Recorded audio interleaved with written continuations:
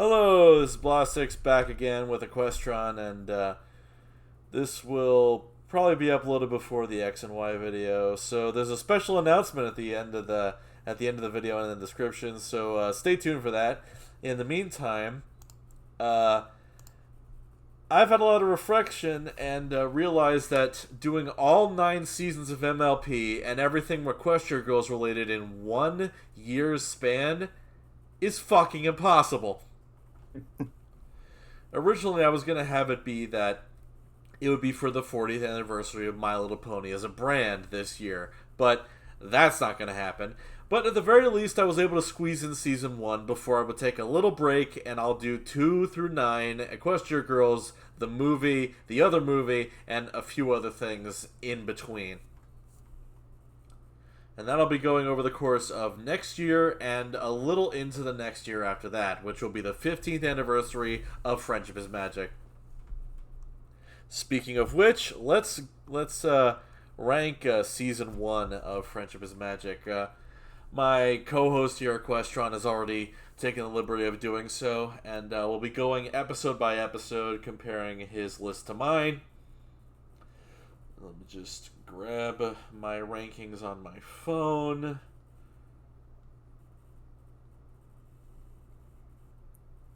Alright, there we go. And we were going to start off with Friendship is Magic Part 1. Where is it? I think it just counts as parts 1 and 2. Okay, that's good, because I ranked them both the same at 8th.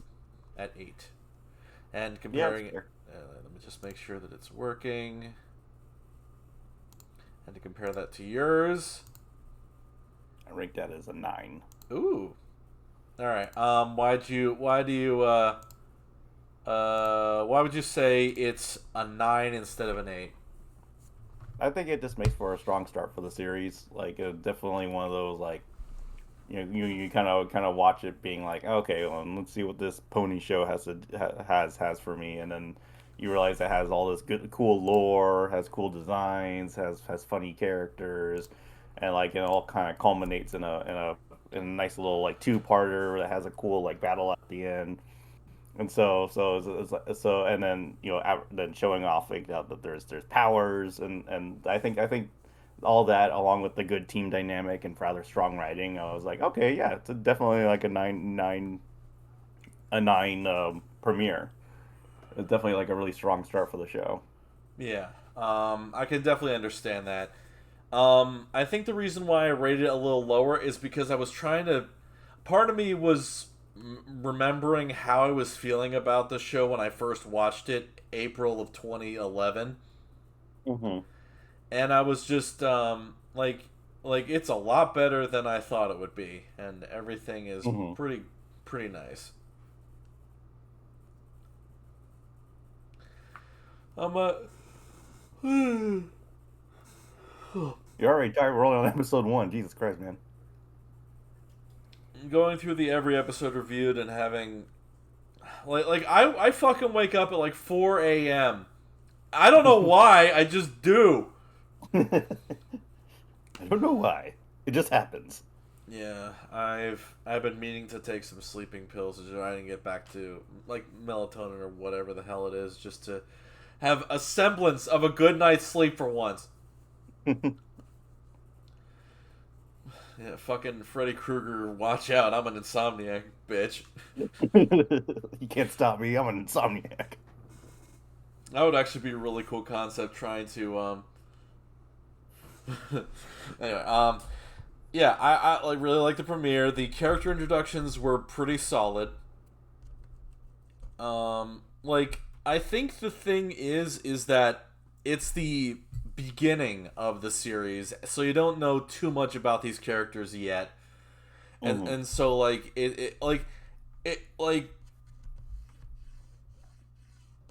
I don't feel right in ranking it anything higher because it's like, how do I put it? It wouldn't feel right to rank them higher because of... Damn it, I'm trying to think.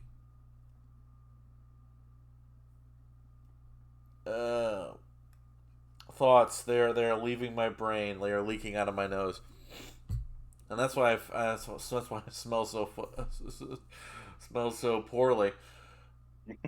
I can't. I'm sick. I feel like I'm sick.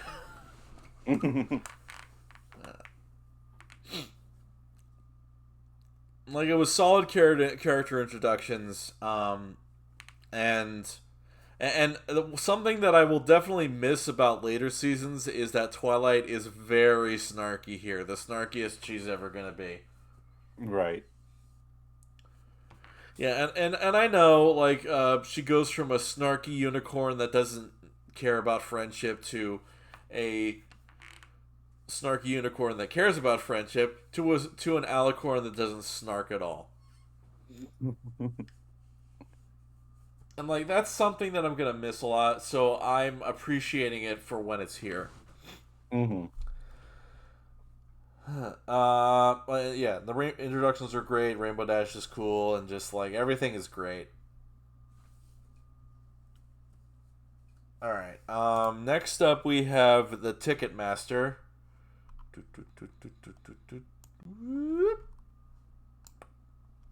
I'm putting it at 9, and you're putting it at 8. Mm-hmm. So it's the opposite now. I'll go first then. Yeah, and I think this is definitely the perfect way to capitalize on the last episode being the introduction, where this definitely goes into the what like, if you want to get to know somebody, you ask questions like, what are your life goals? What's something that you want in life? And this, while this is not as profound as that specifically, it does peer into kind of their psyche as to exactly what they value. Like, Rainbow Dash wants to get to know the Wonderbolts and be them. Applejack wants to help her farm. Rarity wants companion. Status in a relationship. Pinkie Pie wants enjoyment out of things. Fluttershy, I'd argue Fluttershy's is probably the worst of them, because, like, oh, just seeing rare animals. You could go to a fucking zoo. No one tell her that. Yeah. And Twilight wants to spend time with... Well, actually, no. That's not elaborated on until the actual episode in question, which we will get to. Oh, we're gonna get to that, alright. Oh, this is gonna be fun. Yeah. So, yeah. Yeah, and I also like that Spike also has it be like, he's kind of just there and is just like, oh, I don't like girly things, really foo-foo stuff. And he of course he secretly wants to go to the gala with them. Mm-hmm. And like, that shows that that I'd argue that all of them have some development they need to go through, not just here, but over the course of the 9 seasons and everything. Right.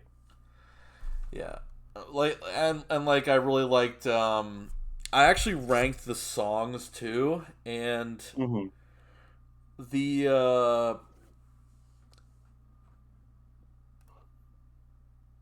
Giggle of the Ghosties from season 1 is a 9. The Gala Fantasy song is an 8, and the Ticket song is a 9. Mm-hmm.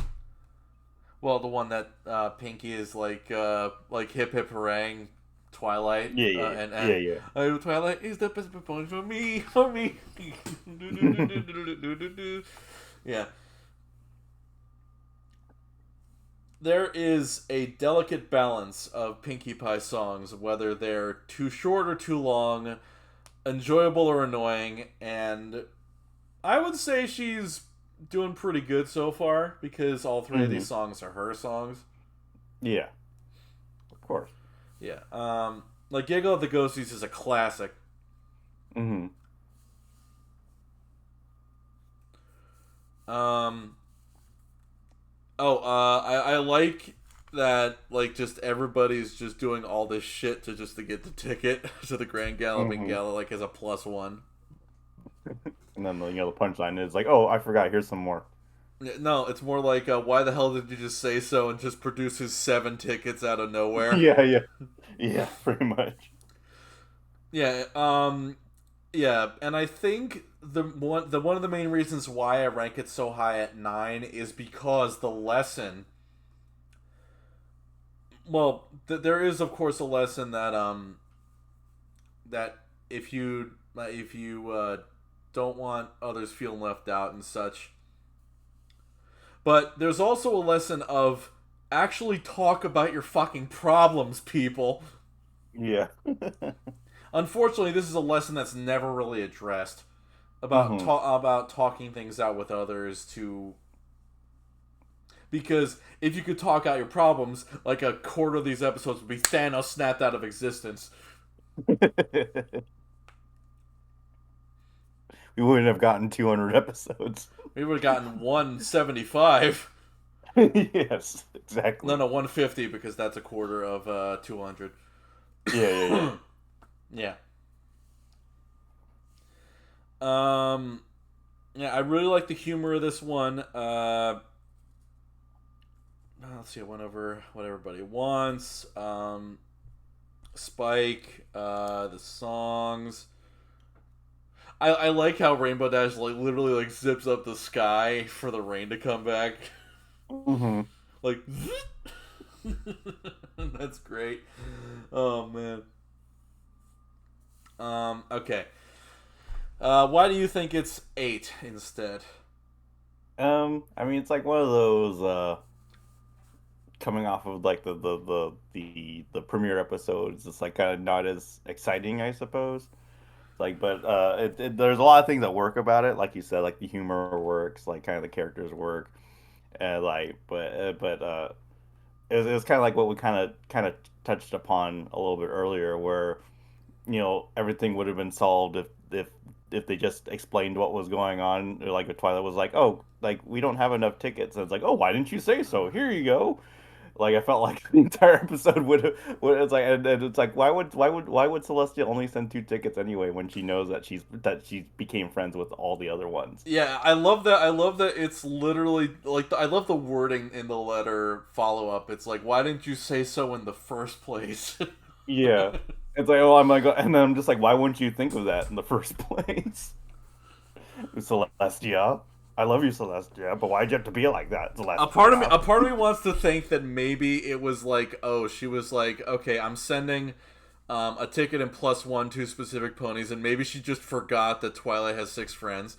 Yeah, I'm just like, damn it, Celestia! Like you were just there in the premiere, being like, oh look, you made 5 other friends. That's so cool. No, Now no, you're wait, only wait a gonna give minute. me 2 tickets. Oh wait, oh wait, yeah, no, oh wait, no, she literally personalized the letter with my dearest Twilight in the beginning, didn't she? Yeah, yeah, she Oh did. fuck, never mind. Yeah. Or maybe she's Oh, just too used to giving out 2 tickets at a time that she just like, yeah, 2, right? Okay, okay, 2. maybe.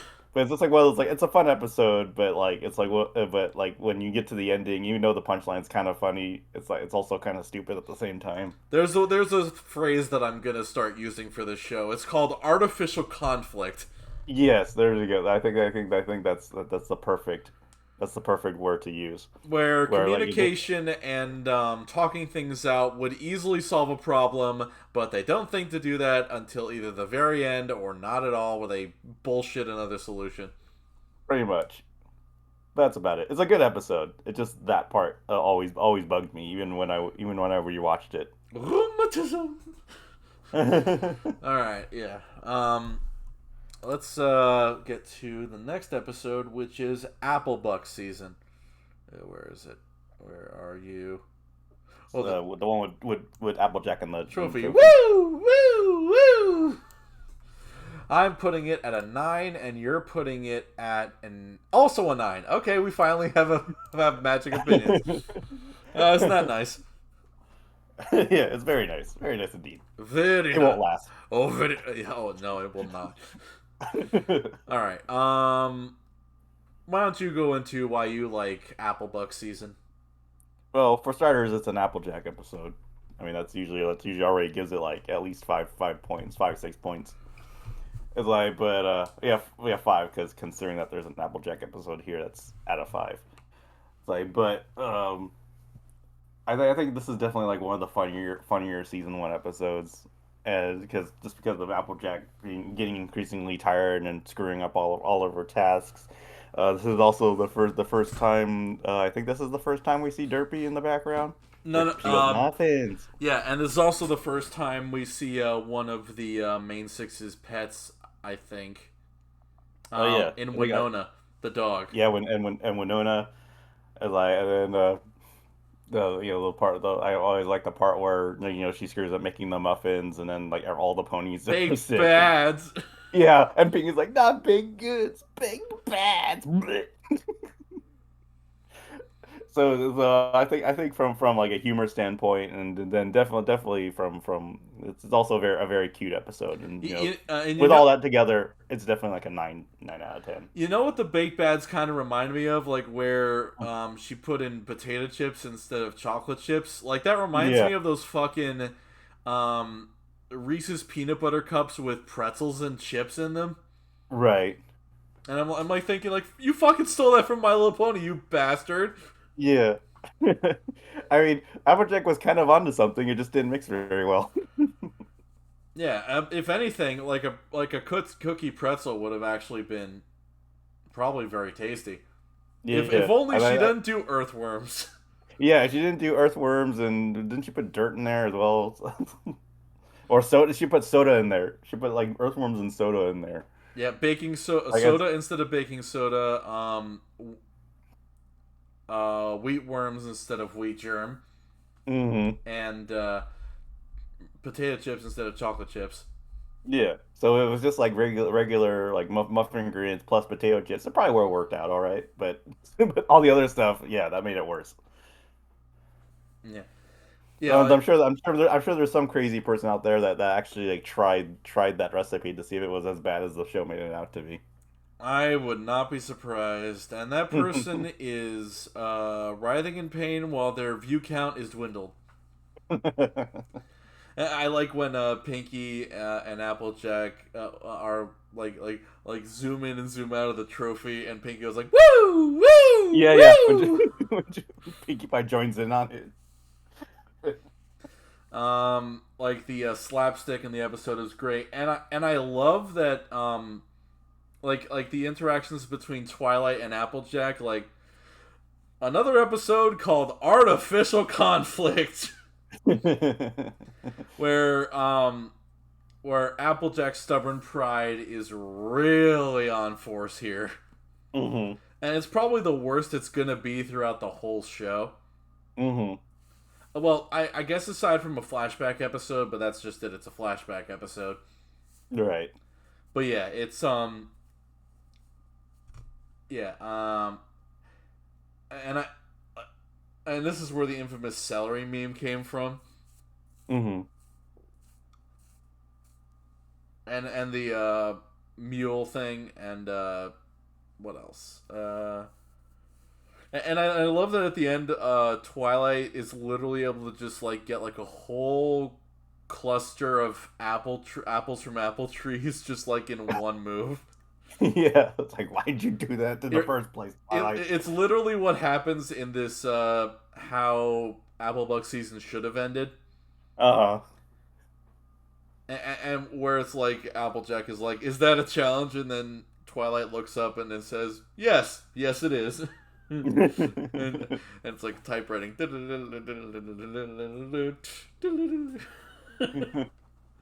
Oh man, like I wish that like little mini series went on for longer. Like there was only like two of them ever done. Mm. Yeah, like the humor is great. I think it's the first instance of the Flower Girls going like the horror, the horror. Oh yeah, yeah. Well, the first one is a bit more justified with the fucking cattle, but then it's fucking bunnies. Yeah. I'm just like, you got Like, that's the reason why no one took you three ever seriously. Yeah. And they come back with a vengeance and slice of life. Yeah, of course. All right. Next, we have an episode where we definitely disagree. Griffin the Brush Off. You put it at 5, and I put it at 7. Yeah, it's not that big of a jump. It's all like yeah, you put it at 5, I put it at 10. Oh my god. Oh no, we'll have that soon. But yeah, let me try to defend Griffin the Brush Off first, and then you can go into why you hate it so much. Mm-hmm. I will definitely say that the biggest problem is Gilda, and she has a really nasty attitude. Mm-hmm. It's like she came straight from the 1990s, and she's like one of those big girl bullies that you've seen before back in the 90s, like in Mm-hmm. yeah, I'm kind of reminded of like the bullies from the Garbage Pail Kids movie, but not like but kind of, but more so like how do I put it? It's like they gained like 50 pounds of muscle. Mm-hmm. I don't know. And it's just like, how do I put it? Piss. I'm trying to think. We really should have done this like a month ago when I actually finished them. Yeah, but obligations got in the way. We had to finish Pokemon. Stupid Pokemon, make us look bad. Stupid dog! You made me look bad!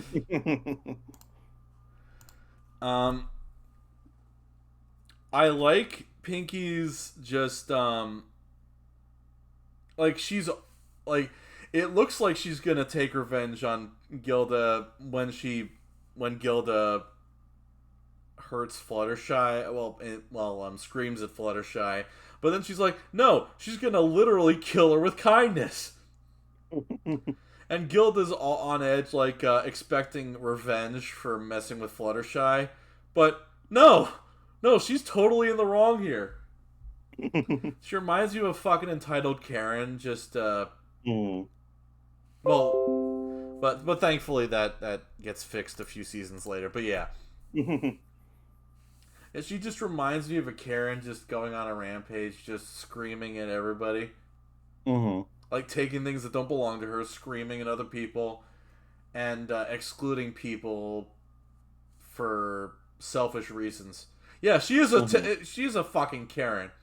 I don't know. Maybe I've gotten used to seeing Karens on Reddit stories for so long that I'm just used to it, and maybe that's why I have it a few spaces higher. Right. There's also Dash being so cool in this one, and she's the best. The beginning of Pinky and Dash being pranksters. Mm-hmm. And I love like this one moment where they're trying to position a cloud, and Pinky's like hoof movements. It's like she's trying to do the whole like finger frame thing with her hooves. Right. Uh-huh. And it's like she can't do it because she has hooves instead of hands. Oh shit! Is that Lyra? I was making a Lyra heartstrings joke. Oh, okay. I mentioned hands. It's just like, oh, was that Lyra? Okay. Oh no, is there? Oh no, she might be here. Hands. Hands. Oh man. What else? What else? Come on, brain. Fucking work. No. I need a drink of water, actually. Yeah, I'll finish my thoughts and then you can go into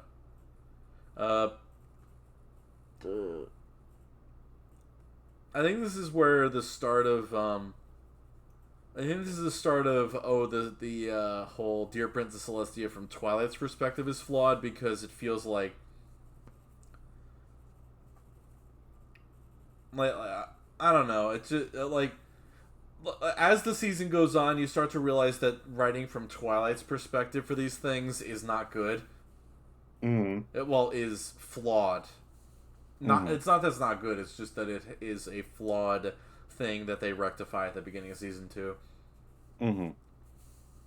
And I think it starts to show its head here. Um, what else? I think Fluttershy makes like a sheep noise when Gilda screams at her, like a Yeah. meh. That's the one thing like the show is good at, just adding in like these random funny sound effects. Yeah. All right. We'll get another one in Stairmaster. That's Mm-hmm. famous. Yeah. All right. Now I'm gonna go get a drink. Why don't you explain why it should be 2 spots lower? Well, I just never really liked this episode, even from the jump off point. I never liked Gilda as a character, despite being voiced by the dub actress who voices Revy on Black Lagoon, which was a very big surprise to me. And so now I could barely watch this episode without like inserting her dialogue in there, her dialogue from Black Lagoon in there. Which, but I think like we touched upon before, Gil is like this very stereotypical bully character that I didn't like even from then. I didn't like it now. I see it. I've seen it a bunch of times in like '90s movies or '90s cartoons, and like so this is kind of like it was like a throwback, but not a very welcome throwback to those kind of that kind of cliche, I suppose. And so I was just very indifferent to the whole thing, but it was funny seeing her getting like comeuppance and getting pranked by Rainbow Dash. But I think in the end it was just kind of like just a middle of the road, very mediocre episode. Yeah. My scale is like 10 is perfect, 9 is almost perfect, 8 is good, 7 is wait no 8 is great, 7 is good, 6 is okay, and 5 is average. Hmm. Like an episode. Well, I want to say that, but um, hmm, like 6 and 5 is like, or maybe it's like 6 is average and 5 is below average. I don't know. Hmm. All right. Let's see. Next is Ghostbusters, and that goes in 8. Yeah. Okay. Mine's at 8, and yours is at 10. Okay. All right. Why don't you simp over Trixie now? All right. Well, it's a Trixie episode. Automatic 10 out of 10. That's all it needs to say. No, I'm kidding. Yeah, Trixie is one of the best ponies. It's like I even liked her even from the beginning. And you heard me talk about how I thought like Gilda was just a very stereotypical bully character that was a throwback that never should have been thrown back in. Should have been thrown back out. I think Trixie is kind of like a better version of that character, where it's just she's not really being harmful. She's just being boastful, as it's called Ghostbusters, of The course. great and powerful Trixie. Yeah, like it's like she's not trying to hurt anybody. She's just like being very very like full of herself. You And know, except for the that's, time where she tied up Applejack and yeah. Then there was stuck it. that. And then Applejack was like, I kind of like this. No, no, she didn't actually say that. But I just think as in terms of like pacing, comedic timing, like dialogue, characterization, it was definitely like an episode that I just really enjoyed from start to finish. Yeah. It was a really good introduction to a character I wasn't even expecting to be a recurring character, and especially wasn't expecting her to be more of a supporting character way a little bit further down the line. But this was a really good introduction to what eventually became a great character. Yeah. I can't. there's only 3 words I can really say that justify why I have it as an 8 instead of a 10. Snips and Mm-hmm. snails. There's that. The introduction of probably 2 of the worst characters in the show. Mm-hmm. It's like if Timon and Pumbaa were worse and actually really annoying. I'm very glad that they were barely used after this.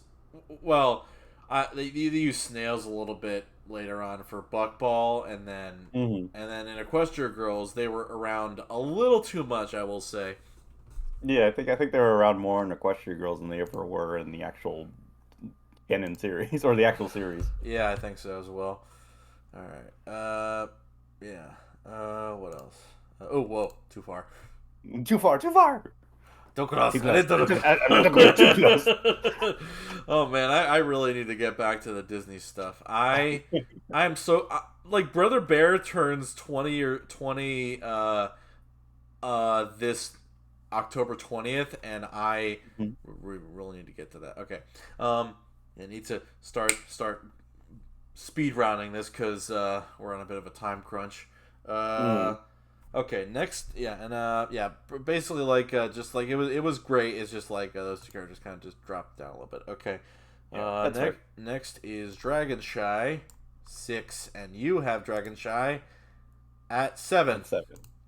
I'll just make sure. Yes, it is 6. Okay, all right. Explain Dragon Shy. This is kind of like one of those fun but unremarkable episodes. It's like where it has funny moments and has like moments I like, but like as a whole, I was just kind of like, I mean that was fun. And then it's like kind of one of those episodes that you enjoy but don't really think about afterwards. I think this episode perfectly summarizes why Fluttershy is my least favorite of the main 6. Mm-hmm. Because forever, she was just like the most uninteresting and blandest of all 6 of them. Mm-hmm. And like there are, and like where she like stands up to the dragon and makes it apologize or whatever. Oh, wait, no, no. Rainbow Dash kicked it, and then it But the leaves. rainbow one picked me. That rainbow one kicked me.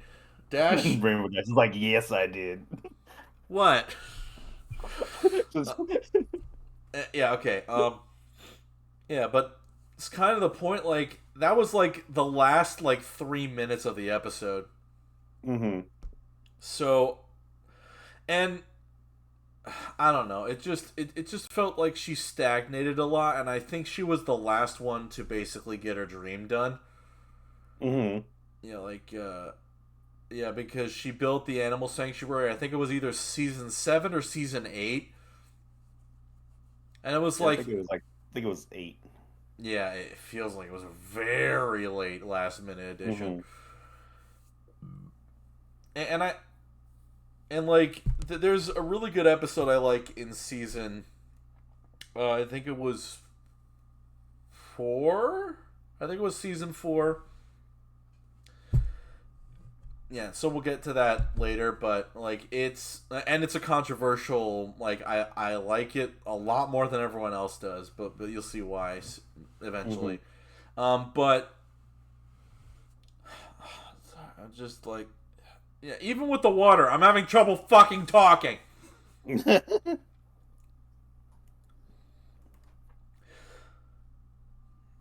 Okay, it's at 6. Okay. It was more unremarkable than you made it out to be, in my opinion. I feel like Fluttershy tanked this episode as far as just like, well, okay, let me put it this way: there's introverted characters, and then there's just this. And I mean, I'm not saying that introverted characters are bad. I'm saying that introverted characters can use physical contact, to get someone's attention. Mm-hmm. Just like tap someone on the shoulder or whatever ponies have, and just well, like they could have easily just like waved it away as like, oh, just I like waving a hoof in her face or something. Like, I don't know, but like it just feels like there was an easier way to just like justify that she could have communicated this at the bottom of the mountain, like she's scared of dragons.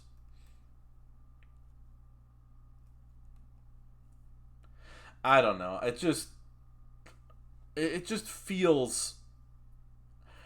Should I? Would it be right to say artificial conflict again? No, yeah, that's fine. Yeah. But this one's at a minor case of artificial conflict. It's just. It feels like Fluttershy was either too flawed or she didn't. Like she literally had a fucking heel face turn at the end, and it was like that was so sudden, and that's probably one of my problems with it is that it comes out of fucking nowhere. And like I'd say the only justifiable growth that she has is the hop, skip, and a jump song, but even then that was just barely anything. Right. I'm with Rainbow Dash on this one. She is so fucking obnoxious. And by well, I don't mean Dash is obnoxious. It's just like Fluttershy's inability to do anything is obnoxious. She is like this is probably Fluttershy at her absolute worst.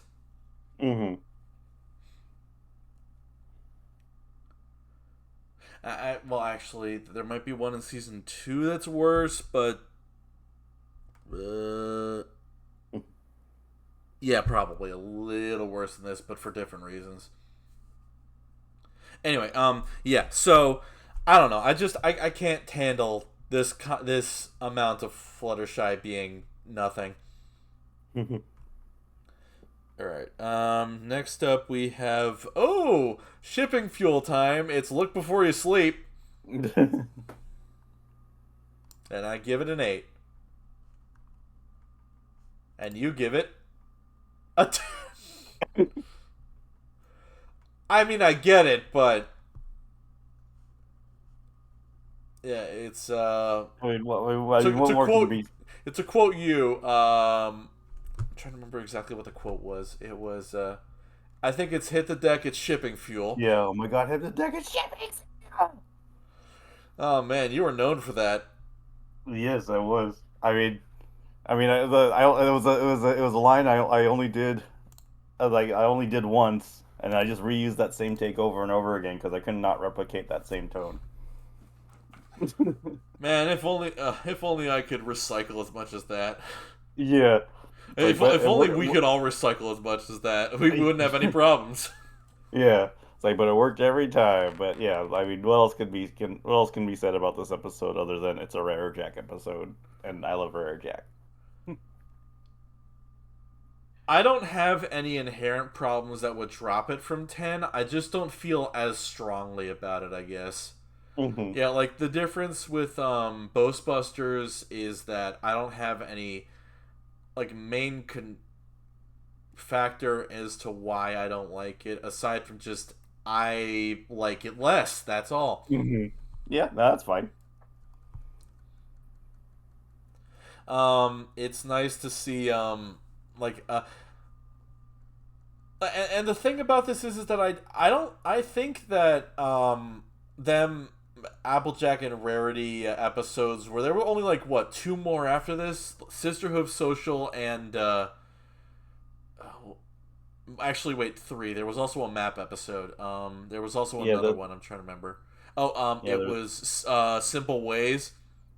Yeah, Simple Ways, the Manhattan episode where they had to join forces to put something together. Like a play. Yeah, and then Sisterhood Social. So I think there's like maybe like 3 or 4 Rare Jack episodes. Yeah, I feel like maybe there should have been one more. I don't know. Yeah. Actually, that reminds me. There's an episode in season 8 called "The End and Friend" where I feel like Applejack should have been there to okay. So basically, Rainbow Dash and Rarity realize that they don't really have any of the same interests or like like why are we friends? Mm-hmm. Basically. And so what I'm Yeah. thinking is, why doesn't Applejack talk to Rainbow Dash, and why doesn't, like, I think Fluttershy talk to Rarity? Mm-hmm. Because like they're a lot closer as friends, and then they're also friends with their other friends, and this, like, it makes me think that why don't they at least get some insight from ponies that are clearly friends with each other. Mm-hmm. Yeah, I mean, I've had quite a few problems with that episode, so Yeah, it's not one of my favorites. yeah, it feels like they could have had them meeting up and talking about things instead of trying to force their friendship at the outset, and then maybe they could have Mm-hmm. had an easier time later on, and then the theft happens, and then Mm-hmm. yeah, like they could have like been like heard of. I don't know. It just feels Mm-hmm. like it would be. Like, I don't hate that episode. It's just that I feel like it's a mixed bag. Mm-hmm. Unlike this episode, that's actually really nice. Yes. I like how Twilight is just so insistent on going by the book about sleepovers, Mm-hmm. and I kind of feel bad that they never really had sleepovers after this. Like, they had one in Equestria Girls Rainbow Rocks. Right, but like it's never been an often one. Yeah, no, I agree. I think that they should have had like at least one more like it's actual sleepover episode with all of them. I think maybe they should have had that in season 9. Mm-hmm. Like, be like realizing just how far they've come. Right. Like, yeah. Um, what was I going? There's also a Equestria Girls like children's book that is literally what happens after the the post credit scene of Friendship Games, where Pony Twy meets Sci Twy for the first time. Right. And like that's also a sleepover, and I'm just like, you could have just made that a 10-minute short, and people would have eaten that crap up. Yeah. Instead they just kind of hand waved it into the next movie, and yeah, I never really enjoyed that part. Well, the lack of a part. Yeah, that lack of a part. Yeah. Them not having more interactions. And the thing, and also Equestria Girls was originally going to also end with the EQ sunset, like the one that was originally there, showing up, Mm-hmm. and it was like, that would have been so cool. Mm-hmm. What is wrong with you? I don't know. It feels like Equestria Girls should have continued on, and then Gen 5 should have been delayed like a year. Yeah. I don't know. It just rubs me the wrong way that they had such good ideas, and you fucking squander them. Mm-hmm.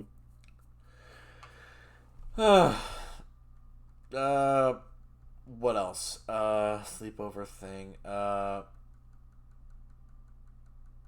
I like the scene where they're fighting over a blanket, and they're just like, will won't, will won't, will won't, and then Twilight is like, enough.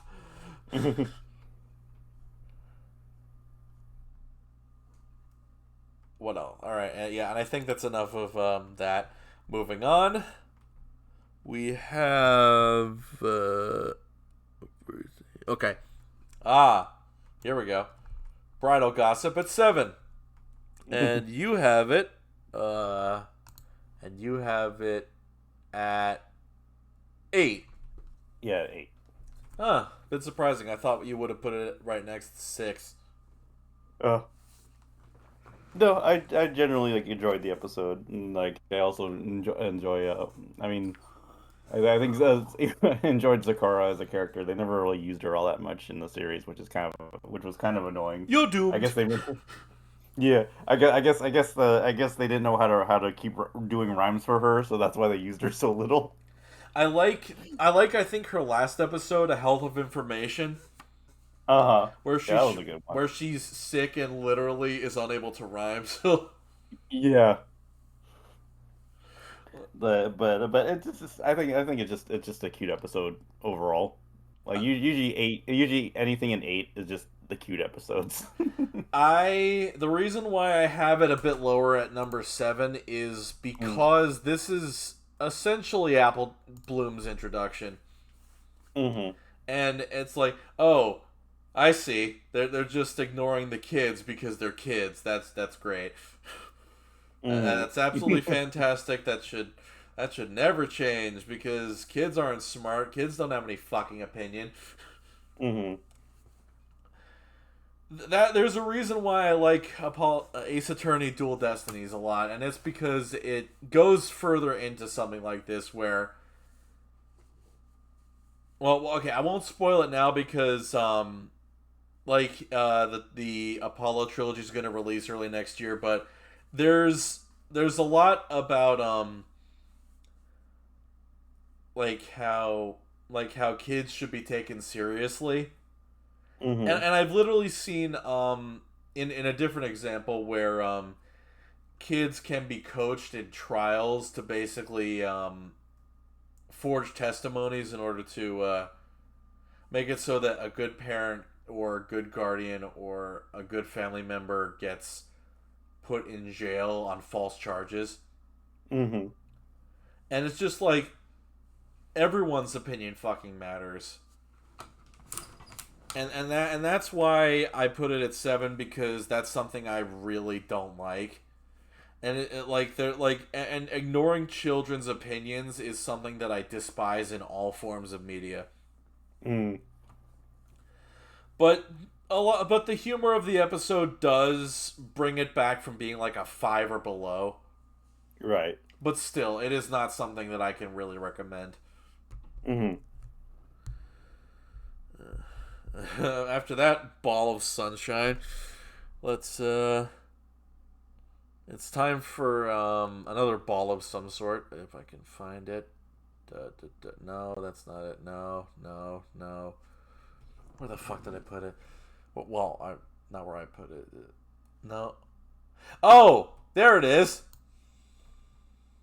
Swarm of the. I was wondering what that episode was. I thought honestly it was suited for success because Dash is in the dress, but no, it's fucking Swarm of the Century. And I put it at number 7, and you put it at Seven. number also 7. Okay. Also 7.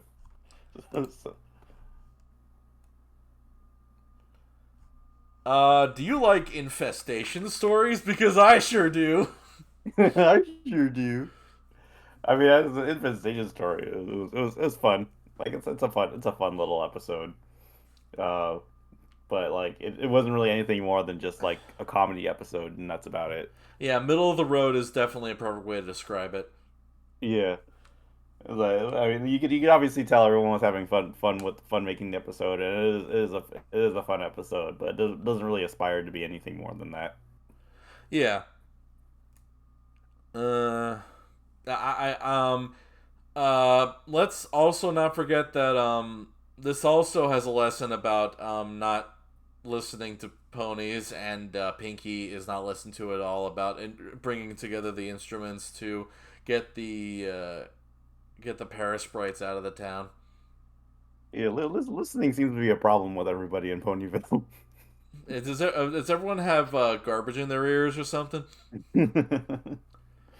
Yeah, it's like whatever Pinky's like, I need this, I need that. They never go, why do you need that? They're just like, oh, that Pinky. She's so silly. It's the Pinkie Pied Piper. Yeah. I'm surprised no one's made that joke yet. I don't know. It's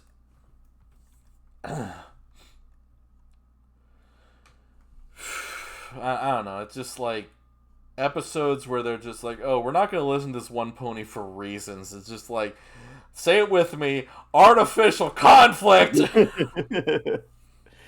Yeah, they're just like whenever Pinky asks for stuff, they never go, "Oh, why do you need that? What's the deal?" And then Pinky would be like, "Oh, I need it for this," and then be like, "Oh, let's go do that." And that'd be the end of the episode. I think they actually did ask at one point. I think they actually did ask her why she needs a specific instrument at one point, and then she's like, Mm. "Duh, to create a trombone or whatever, Uh-huh. or just But they never be like, why do you want to create a trombone? And then then she could probably explain like, oh, because the Paris Brides like music. uh, yeah, but. All right, Swarm of the Century done. Now we get on to one of my favorite episodes, Winter Wrap Up, which is my first 10, Mm. and it is. Uh, Also 10. oh, okay, okay, good, good. No, it's a Let great episode. Yeah, the I have no song notes. Winter Wrap Up. Winter Wrap Up is one of my favorite songs of the series. The Mm. comedy is good. The Mm-hmm. only I was tempted to give it a 9 because Applejack made Twilight cry, Mm. but that was She did cause a calamity. she did cause like a fucking pony high pile up or whatever. Yeah. Yeah, but I like that they acknowledge that Twilight has organization skills and they quickly forgave her. Yeah.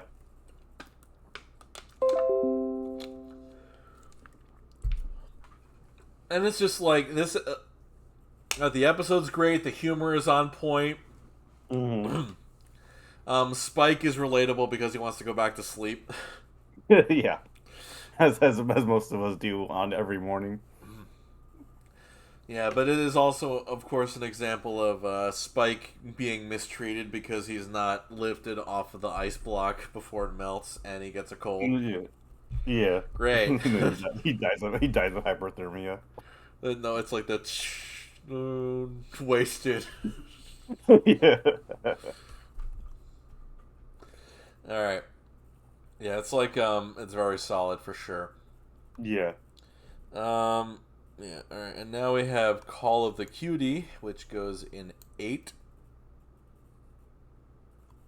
I put it in 8, and you put it in 9. Yeah, I mean, I think I haven't made it much of a secret that Apple Bloom is my favorite of the CMC characters. Like so Some having a apples. yeah so having a straight up just Apple Bloom episode of Apple Bloom being silly, that's it's like I could watch that. It's cool. It's like it's the whole the emphasis. I didn't put those in my bag. Yeah, I gotta love Bon Bon's voice before they really centrally focused on it. Yeah, it's like it was like the start of giving Bon Bon different voices every time she showed up in somewhere. Yeah, and after a while, they But were just creating brand new characters that had the stupid voices instead. yeah, like but yeah, it was like just her attempts at trying to get a cutie mark, and then like this was the one where she officially met the rest of the CMCs, right? Sweetie Belle, Rarity's sister, Yeah, and Scootaloo, Rainbow Dash fangirl. yeah. It's like even though they technically showed up together in the premiere, I think the creators kind of admitted that was a little bit of a mistake or a little bit of a continuity error or something like that. But that was actually kind of funny. But it Well, was nice to see. It was nice to have this episode being like the first time they actually officially met each other. yeah, I think it was just like a foreshadowing. Yeah, Yeah, just call it foreshadowing and leave it at be. All right. yeah. Let's leave it at that. Yeah, and I kind of remember this episode being worse than it actually was because Peppermint Twist's lisp getting annoying and the Hmm. introduction of Diamond Tiara and Silver Yeah, Spoon. yeah, yeah. This show definitely played the long game with those characters. Or the show definitely played the long game with those characters. Played the long game with everyone that premiered in this episode except for Twist, which never showed up again. Yeah, she just died in an explosion or something. Yeah, Uh, yeah, and or I, and no, I, I think she died of brain trauma according to DWK. no, she died due to a peppermint overdose. Yeah. Anyway, yeah, it's a great episode, but not as great as you're making as you rated it, in my opinion. It like yeah,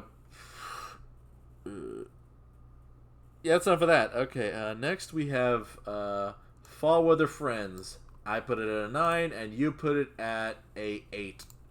Mm. So this is the first of shockingly less than Applejack and Rarity episodes for Applejack and Rainbow Dash.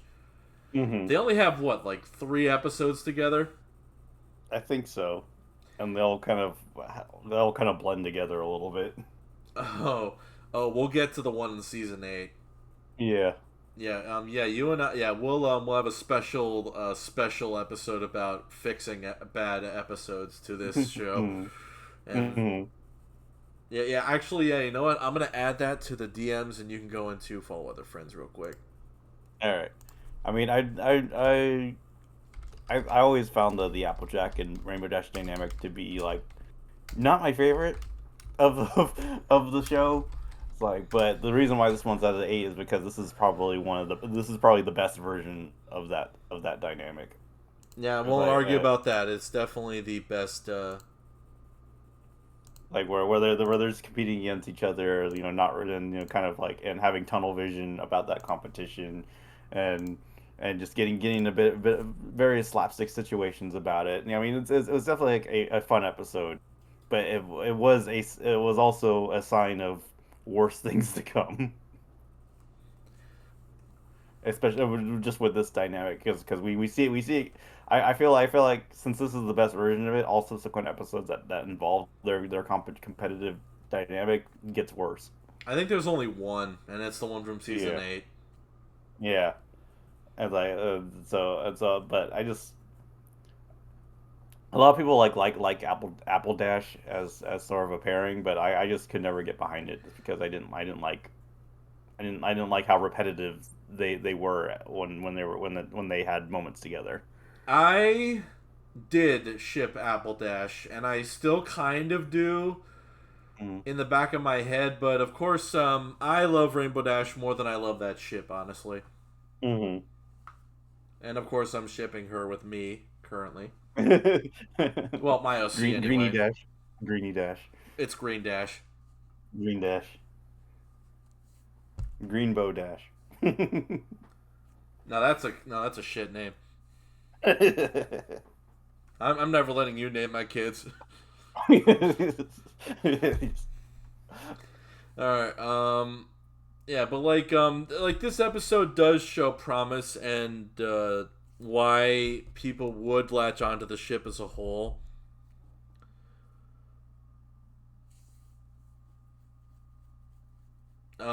I like how Twilight is competing in the running of the leaves, and Applejack and Rainbow Dash make fun of her for it, Mhm.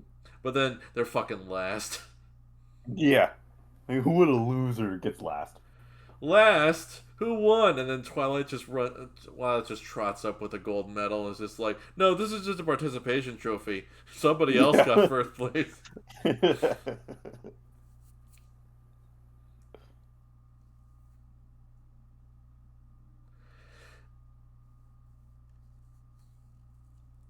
Yeah, and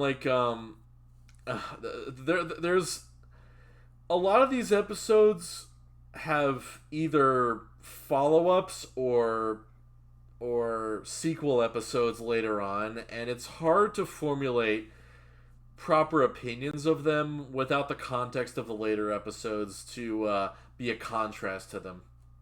Hmm. That's might be the issue I'm having right now. Right. Because, like, comparatively speaking, this episode is a lot better than the one that we're thinking about in season 8. So it's Right. hard to really come up with an opinion for, like, exactly how we feel about it. Hmm. Like, it is a very solid episode, and Hmm.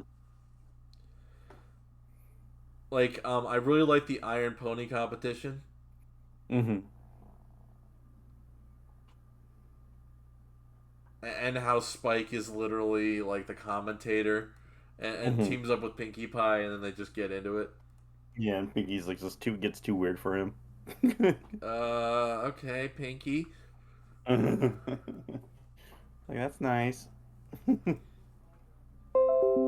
Yeah. All right. Next up, episode number 14, Suited for Success. I put at, was it at 8, and you put it at 7. Mm-hmm. I thought you would. I thought you actually would have put it at 8. So explain to me why it's not as good. I mean, there's stuff I like about the episode. Definitely, it's a very focused episode, and then I really like the song, and then I really like how it turned out. I just never got behind them not liking the original versions, of the initial versions of the dresses. Yeah, that. Yeah, it does definitely show that those 5 were ungrateful for fucking gifts from your friend. Hello. Yeah, yeah. It was I get it's supposed to be like a lesson of I don't know, generosity. I don't know, or something like that. Appreciate Or what your friends oh give you. yeah, yeah. Appreciate what your friends give you. I get that it's supposed to be like we're supposed to get that kind of lesson, but like. But like looking at what they thought were good dresses, I'm like, did you honestly think that that was actually better than what Rarity did the first time You around? see, you Like see, really? this is why they're not fashion designers, and Rarity Yeah. is. Hmm. It's like she knows that being too flashy and stuff is bad. Isn't that right, Lady Gaga? Yeah. Like I mean, like the only like outfit that I thought was kind of okay was Rainbow Dashes, but that's because like it could probably be passed for like a Wonderbolt outfit, but that's it. Feel like a ceremonial outfit for the Wonderbolt Yeah. games. Yeah, but that's it. Everything else was like, really? Are you sure that this was the better version?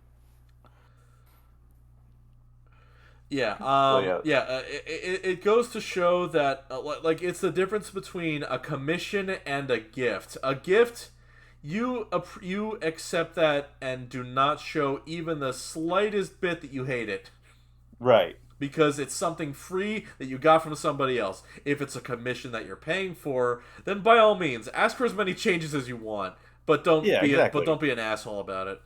Right. And I think they were kind of jerks in this episode, and I was like, no, no, no, I don't that's think that not they very were nice. so much jerks. They were just like that they were just really, Ungrateful. I mean, kinda, but Mm. I was gonna say like um fashion idiots. I guess that would be a good Yeah. word. Uh-huh.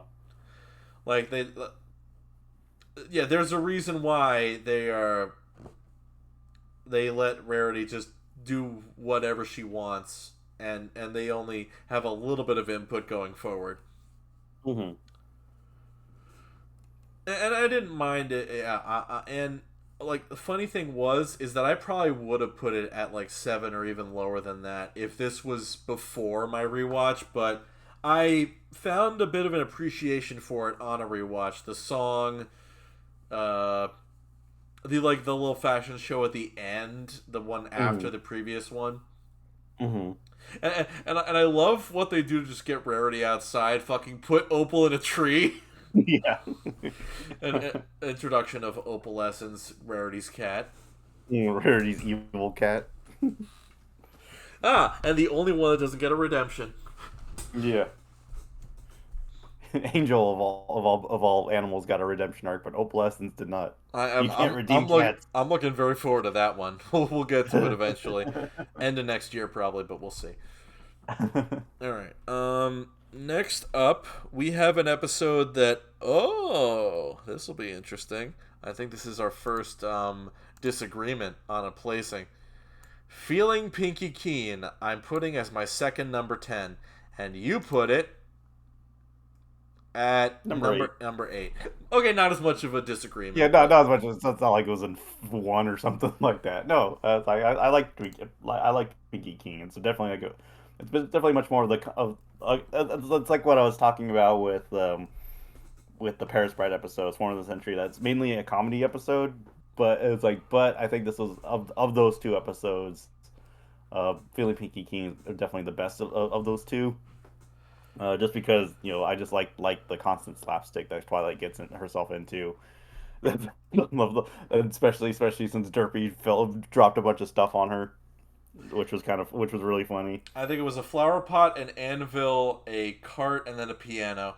Yeah, apparently all dropped by Derpy, all- which is pretty funny. Yeah, I mean, it's a good episode, but I can't really rank it any higher just because it was kind of like the Price Right episode where it didn't really aspire to be anything more than that. But I think Philly Pinky King is just a better comedy episode. I think the only thing that holds this episode back is people essentially misunderstanding what the lesson is supposed to be taken out of it. Hmm. Whereas like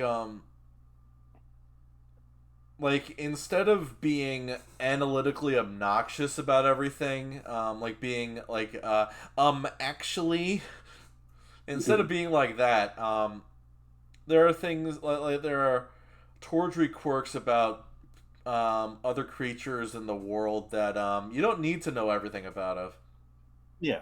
I mean, it is true that a lot of people know a lot of things about the world, but there there are some things that you don't have to explain in the here and now, and that can Hmm. just be enjoyed as they are. Hmm. And I'm glad that this enjoyment comes at the cost of Twilight's spine and skull. Yeah. No, this is pretty much like the birth of like don't question Pinkie Pie. She's Pinkie Pie. It's Yeah, like like the enjoyment, like the fun factor of this episode is at an all time high. hmm. And I love that and I love that Twilight, when faced with an obstacle of like the four headed Hydra, it's like, ooh, what would a brave pony like Rainbow Dash do? And then she just Leroy Jenkins.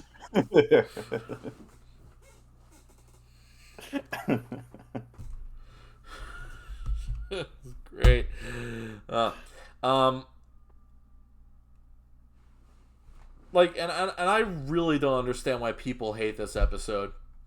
Yeah, I was actually surprised that some people actually dislike this one. I'm like, why? It's a fun episode. Yeah, I really don't see it. Hmm. All right, and now for an episode that is predictably my third number 10, Sonic Hmm. Rainboom. And it is a 9 for you. So explain to me Hmm. why you are wrong. I mean, it's not really. It's just 1 point. No, like I think you're well aware that I don't really care for Rainbow Dash all that much as a character, unless it's like the Equestria Girls version. I like the Equestria Girls version of her more than I like the Pony version. But so having this as a 9 should be more of a surprise. I mean, I think I. considering there are definitely some bad Dash episodes in the future, I can Mhm. totally understand that. And that Equestria Girls Dash doesn't have that baggage. Yeah. It's like, and I think so even though it's like slightly lower than 10, believe me when I say this is honestly the best Rainbow Dash episode like of the series. I disagree, but go on. Like, but I just like the visuals of this one. I like how Rarity turned in on the competition. I like the Rainbow Dash being nervous and having like like self doubts and all that stuff. And actually had Derpy in the competition, even though we don't see what she does. It was just and then the whole saving Rarity at the end with doing the Sonic Rainbow, which was really cool. And also had the famous yay for from Fluttershy. Like Okay. there's definitely like a lot of stuff I really enjoyed about this one. Okay. It's just not a 10 just because it's just not a 10. Let me go into one of the points you already made. Mhm. Dash freaking out and getting nervous. Like throughout the rest of the course of this series, Dash's emotionally vulnerable side comes out more and more, specifically with her friends. Mhm. And I can really appreciate that because like she's a pony that prides herself on her image, her coolness, and knowing that she does have a vulnerable side, is not just fascinating, but also makes her a three-dimensional character.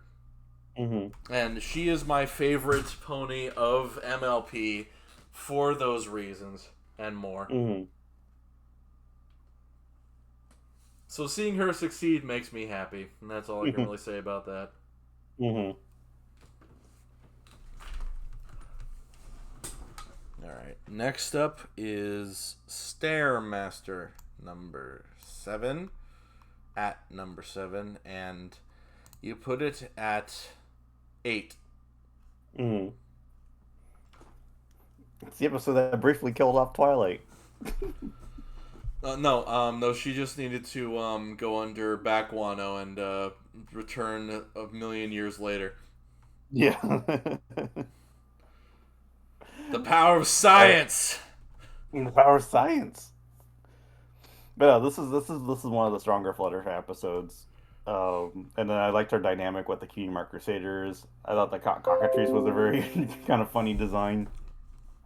I mean, I don't know if Cockatrice actually looks like that in other artworks for that mythological creature, or if that even actually exists, or My Little Pony just made it up. I know. I think it's a mythological creature, and I'm pretty sure the one in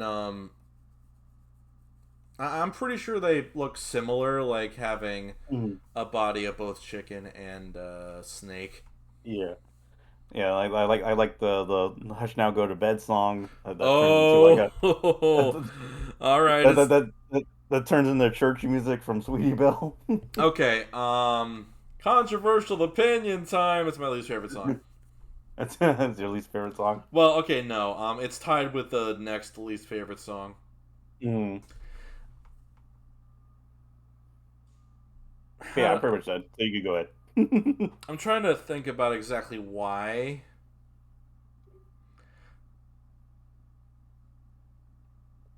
Like, I don't despise the song. It's just that Mm. I think it goes on for a little too long. Mm. There's a lot of short songs in MLP, especially in the first 3 seasons. Mm-hmm. So, and this is probably one of the worst of them. Mm-hmm. Gee. I don't know. I just don't like it. I don't fucking like it. I can't really. I can't. Mm-hmm. Yeah. Twilight getting turned to stone was a nice surprise. Mm-hmm. All right. Oh shit! I lost my place.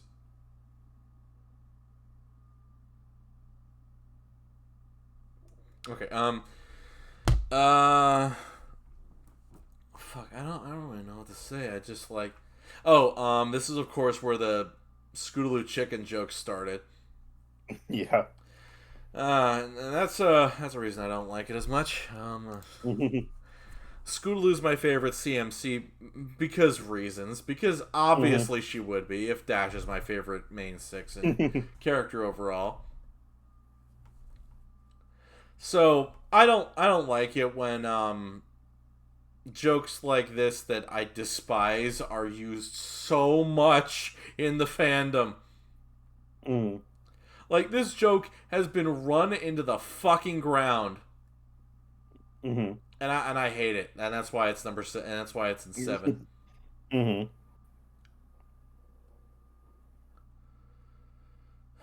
I don't know. And this, of course, where the squee noise comes in.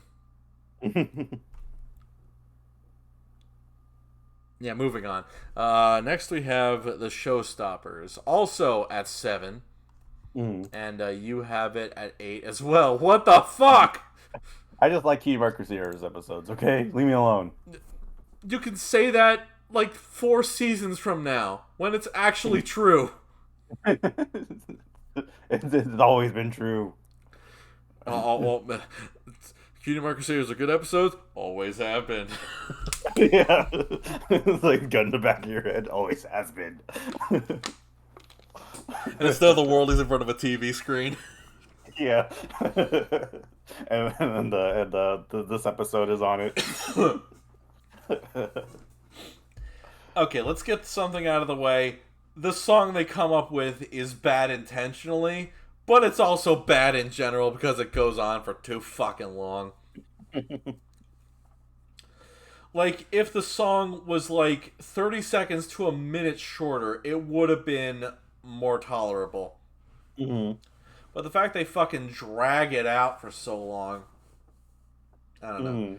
Mm-hmm. And of course, there was the aspect of, oh, we already know what their talents are. Sweetie Belle's good at singing, Applejack is good at construction and costume making, and Mm-hmm. Scootaloo is good at choreography.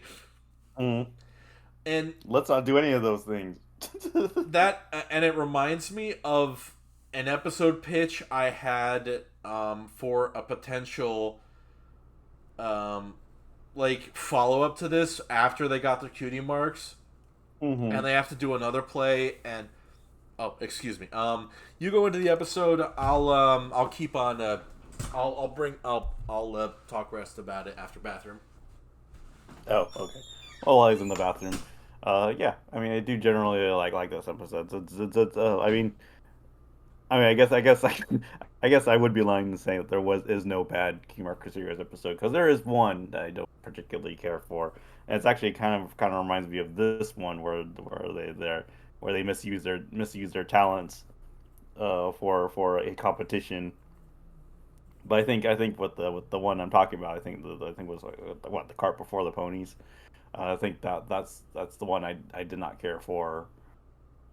Probably because they actually kind of learned their lesson from this one, but instead of like doing that, they kind of their sisters took over without them being like, no, wait, hold on, this is our competition, and just kind of went along with it, and that's kind of why I didn't really care much for that particular episode of the show.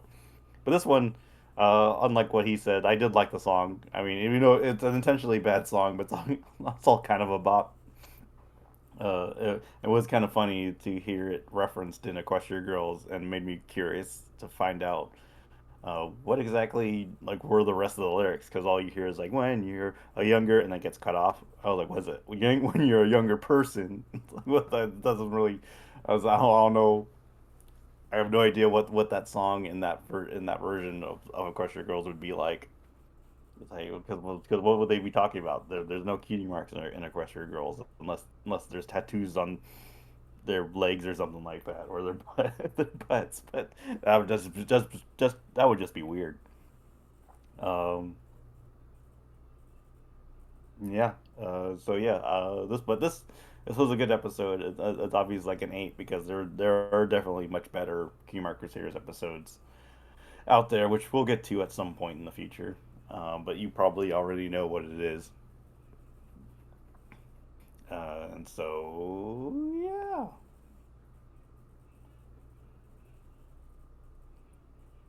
I wonder where he is.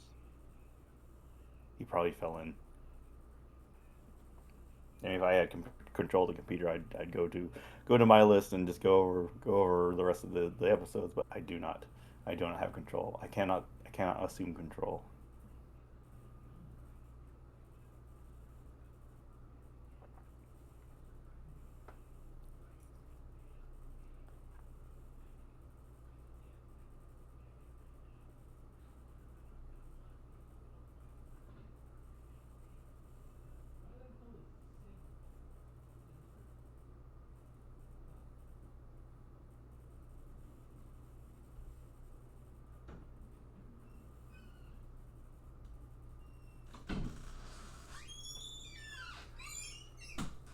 Very sorry. He's back. He's alive. Had a massive dump. Alright, Crusader episode concept, right? Okay, so helping out with the play, they actually do the ones that they were do the positions that they originally were good at, and they get worried that maybe their cutie marks will change and that they won't have a connection to each other anymore. So they ask Twilight. And Twilight basically is like, breaks out the whiteboard and draws a picture of a pony and draws a couple of circles around the pony and explains that there are a lot of aspects to ponies than just their cutie mark that make up who they are. Their cutie mark is a big deciding factor, that is true, but they also have their own have things that they're good at, things they're not good at, hobbies, likes, dislikes, and everything else about that makes up a pony and who they are. And they come to understand that even though they're really good at these specific things for these specific circumstances, it doesn't make them. It doesn't mean that they're not connected, and it doesn't mean their cutie mark's going to change anytime soon. And they leave relieved that they still have their connection as the Cutie Mark Crusaders. It just feels like that would be a good episode to come up with. Mm-hmm. And I'm adding that to the list of things. I'm also adding this to the list.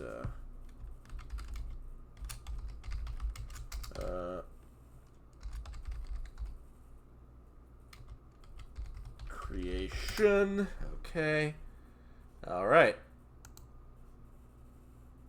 All right, there we go. Okay.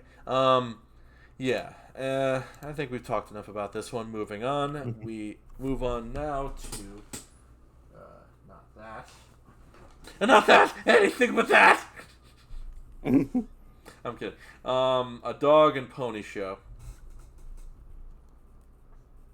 which I am putting at 8, and you put at 10.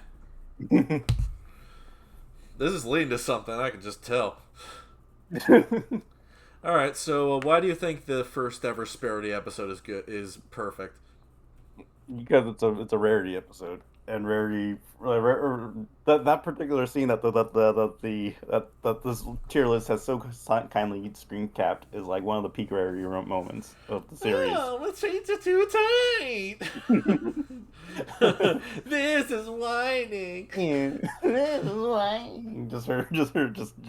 Just talking back, just like acting so, talking back to the dogs and all the diamond dogs. And would you stop it?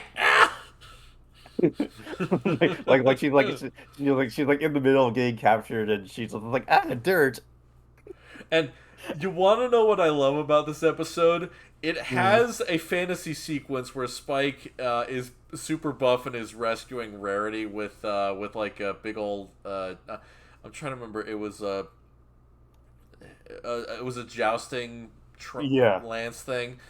Yeah. And like blasts through and kicks their asses. Okay. Yeah, and then we cut to season 9 and the final episode, and it's not exactly the same design, but it's a pretty similar body build. And it's amazing. Because he actually did grow up to be big and buff. He's Johnny Bravo, baby. He's Johnny Bravo Dragon. But yeah, like this is like an episode where it's just like I watch it and I go, no notes, this is good. This is great. I am an avid Spike Rarity shipper. I know, it's a baby dragon. Like, I have seen enough material that is like, oh, well, it's a few years in the future. Oh, it's not so bad anymore. It's like, like there's a reason why fan fiction exists, people. Mm-hmm. Like, get a fucking grip. And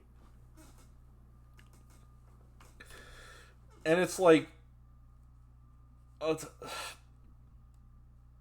I like it where Spike screams no twice. First time where Rarity gets captured, and the second time where they're basically lost in the tunnels. It's like, no, no. Just like really long and drawn out. And there's a joke later on, in I think season 3, that calls back to that sort of. Yeah, where Pinky does it, and then she's like, "Oh wait, yes!" You see, everything gets recycled here. Not just my voice lines. Okay. Probably Yeah, like Ghostbusters, just like another episode that's like, oh, I don't enjoy it as much as you do. Mm-hmm. It's But you pretty. still enjoy it. Yeah, it's an enjoyable episode regardless. Yeah. Mm. All right. Next up we have, green isn't your color. Mm. Also an 8. Hooray! Hooray! Yay! It's the Muppet Show. It's the Muppet Show with a very special guest star, 8 out of 10. Yay! The introduction of photo finish. Mm. I would make the magics. No. It's.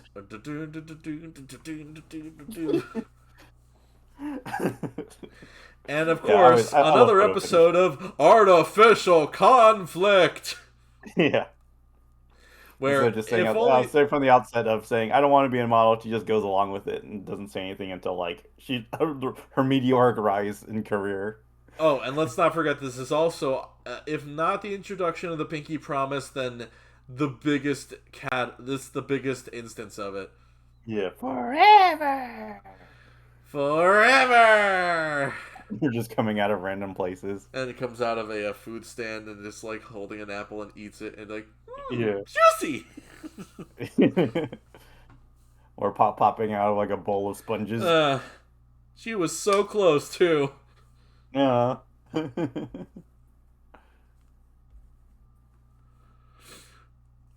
don't know. It's just like it was great. Yeah, it's a good episode. I really enjoy it. I'm so mad. I could just kick something and kicks a vase very gently. Yeah, it doesn't even knock it over. It's like dink. It's like one of those instances where it's like a bowling pin that doesn't get knocked over. Right. Yeah, another instance of talking things out would solve this in literally 5 minutes. literally 5 minutes. All right. Yeah.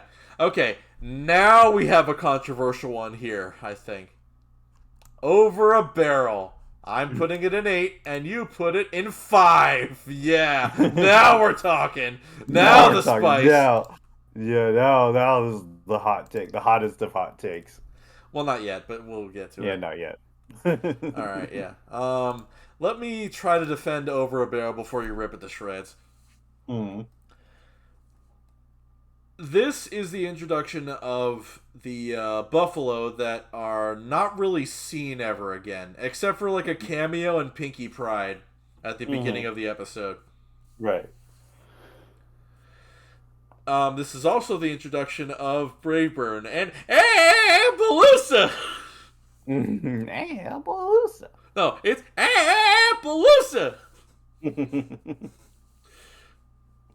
Yeah, so the Buffalo basically don't contribute to the rest of the series, really. And that's kind of a shame, because I feel like they had potential. But, of course, they're Indian stereotypes! And we can't have any of that. Isn't that right, Peter Pan? What about the red man red?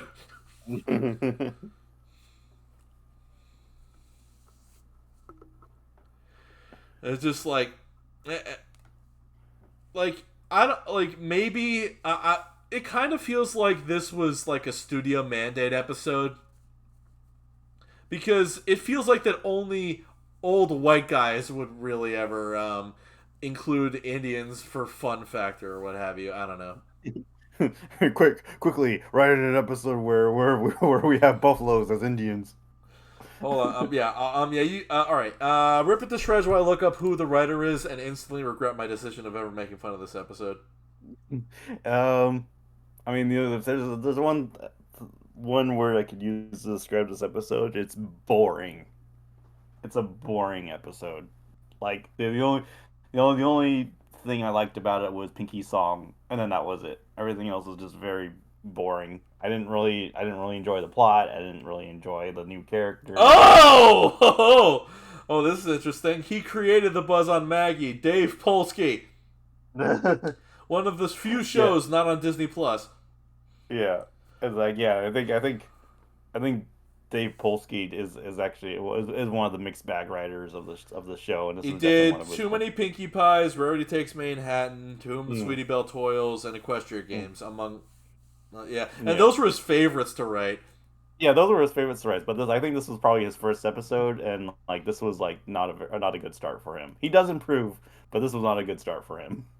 Oh, he actually spearheaded Hana Zuki Full of Treasures, which had a short Hmm. film during like right before the MLP movie, Hmm. and it looked really nice actually. Hmm. I should probably watch that at some point. Yeah, but yeah, this is definitely like one of the more like unremarkable episodes of the show. He used Like the I same VA for yeah. the main character as this than he did Hmm. the other one. Holy shit! That's funny. Fucking Cassandra Lee Morris as well. Why have I not watched that yet? But Oh yeah, man. I could go without ever watching this episode ever again. It's He just was not good. also a co-writer on Scary Movie 2. And that's funny. Because we're watching Scream a little later. That's all I got to say about that. The song fucking carries this episode a lot. Yeah. Yeah, like okay, and the thing is, I don't like it that that the characters in the show were like, "Oh, that song sucks." It's like, "No it Yeah. fucking doesn't. What are you talking about?" I know, that makes no sense. It's like, that was a good song. Why did you say it sucked? You stupid buffalo. And that's why you never showed up again. Your opinions are shit. Yeah, yeah, your opinions are worse than mine. Stupid buffalo. Yeah, and I feel like characters like Chief Star, Little Strongheart had potential to come back again for like one or two things, but didn't. Hmm. Yeah. It's like this was like the episode that they forgot the most from, I guess, except for Yeah. Appaloosa itself. Yeah. I think it was one of those like some people don't really like this episode, so they never called back to it. Yeah, probably, but I don't mind it as much as other people. Hmm. All right, and now next up is Bird on the Hoof. I put it at 8. You put it at 7. Hmm. I'm not gonna lie. I kind of regret putting it at 8 instead of 7. Hmm. At least a little bit. Hmm. Because it is the most middle of the road 8 of all of these, I think. Hmm. Oh, and of course another episode of artificial conflict. Yeah, like I think it's one of those where Celestia probably should have mentioned like, oh yeah, there's a chance it's probably gonna burn. There's a chance it's probably gonna like burn and regenerate Fluttershy instead of like just not saying anything. I was like, oh, this is my pet Philomena. It's a phoenix, and it's doing this before it dies. Yeah, it's like I think if she's just mentioned that beforehand to Fluttershy, it's just like, oh, just make it like make it feel comfortable before it bursts into flames and then regenerates later. It's like Yeah, it'll be it fine. make you Don't feel worry. comfortable, but then it gets cold when it sleeps in the bed.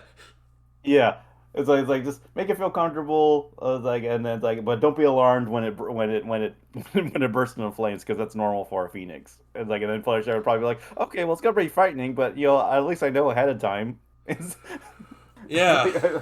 like, it's like but so I think yeah, it's definitely one of those episodes where Celestia once again, God rest her, God rest her, God save her.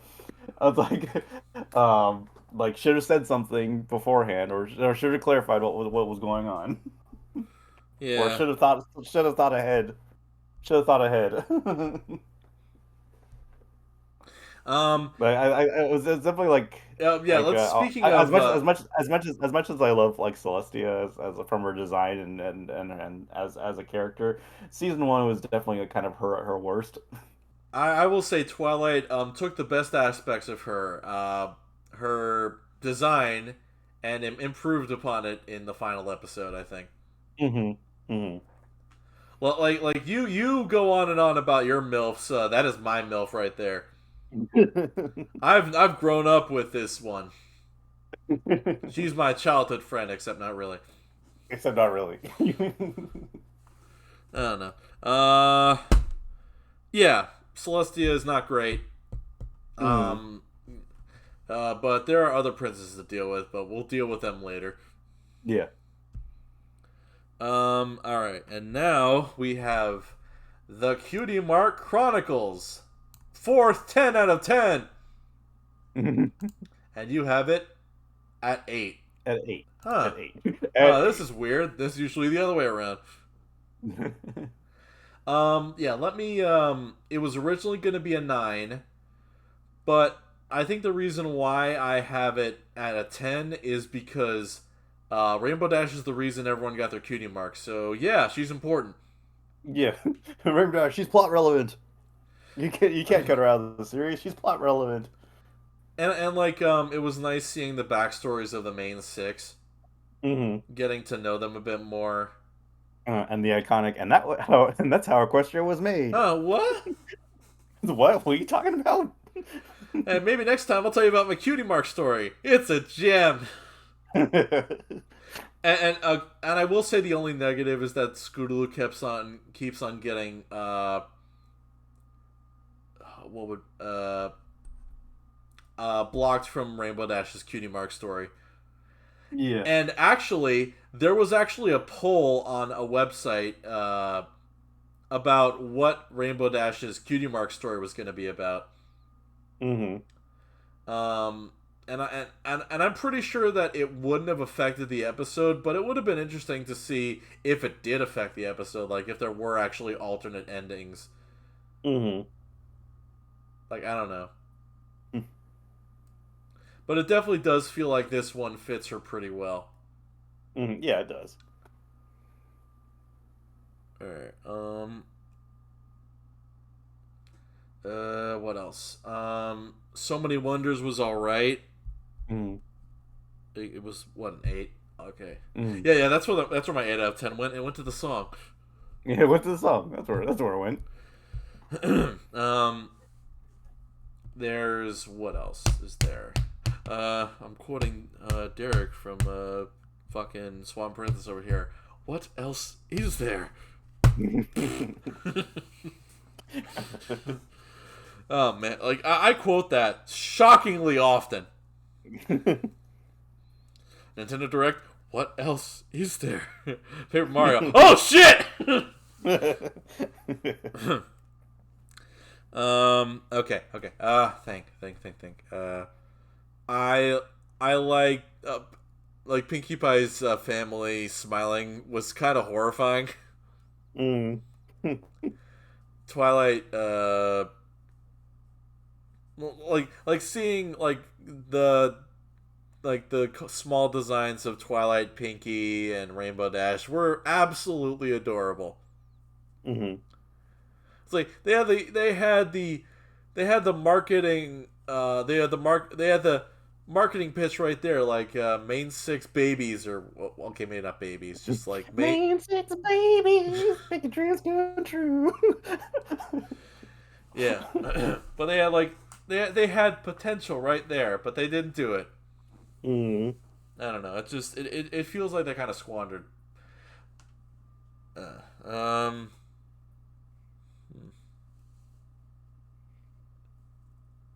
Maybe I should have put it in a 9. No. I feel confident in it being a 10 because Dash is important in it. And don't worry, this bias won't last long. Season 2 is assuredly gonna be that. Yeah. Then we got Owl's Well That Ends Well, which I'm putting at an 8, and you put it at a 6. My only 6. Wow. Yeah. This is the introduction of Twilight's pet Aloysius that mysteriously disappears later on in the show. Yeah, just randomly just refuse to show up at some point. Yeah.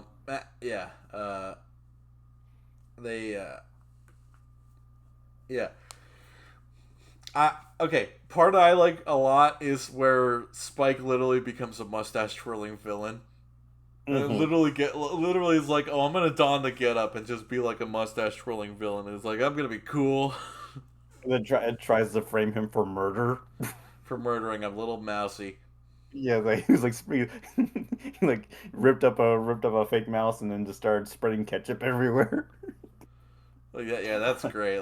That's yeah. You can tell that this guy's like a little kid in this mentality. Yeah, yeah. I mean that's the part that put it from a put it to from a 5 to a 6 for me was just that stupid plan. Um, yeah, and the reason why it's not any higher is probably because of a few of the more annoying quirks of this thing, Mhm. like Spike sneezes and accidentally destroys a book and doesn't Mm. immediately tell Twilight about it. Yeah. Artificial conflict. Artificial conflict. We need a It's theme another song for episode that. of artificial conflict. No, we need no, we need a artificial conflict. Do, do, do, do,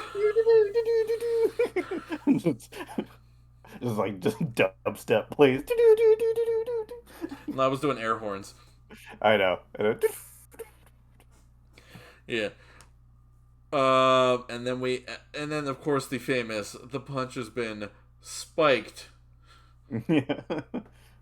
And, Only and I about and I love 30%. just how Rarity just like probably just had two ties with gems in them just lying around. As Mhm. it's like, okay, I'll give one to Spike, and then ooh, cute little owl, I'll give the other one to him. This is like, fuck you, Rarity, fuck you. You honestly didn't think that that wouldn't hurt his feelings a little bit. I know. What's the all ever done for you? What to deserve Being a a tie? pincushion, being a model for your dresses, You should have gotten both ties. being your literal live-in intern. Yeah. Yeah, you don't even pay him. You know what honestly shocks me is that in what is it called? Spike at Your Service in season 4, he doesn't. Hmm.